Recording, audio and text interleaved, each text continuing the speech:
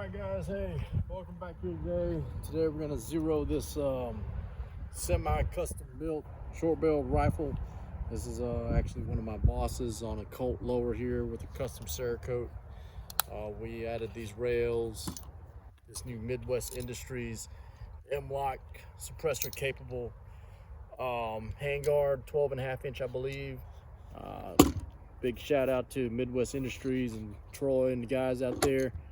Saw him at SHOT Show a couple months ago. And anyways, I persuaded my boss here down in Mississippi to stock a couple of these rails at the shop. We got a silencer shop, Banshee 223 suppressor. So we're just gonna do a preliminary zero right here at 50 yards. So let's check it out. Make sure this rail stays together. All right.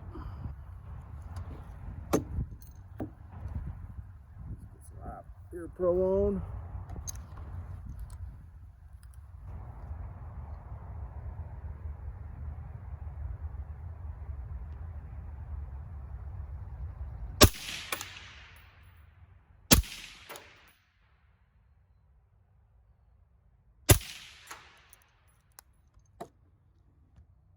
All right.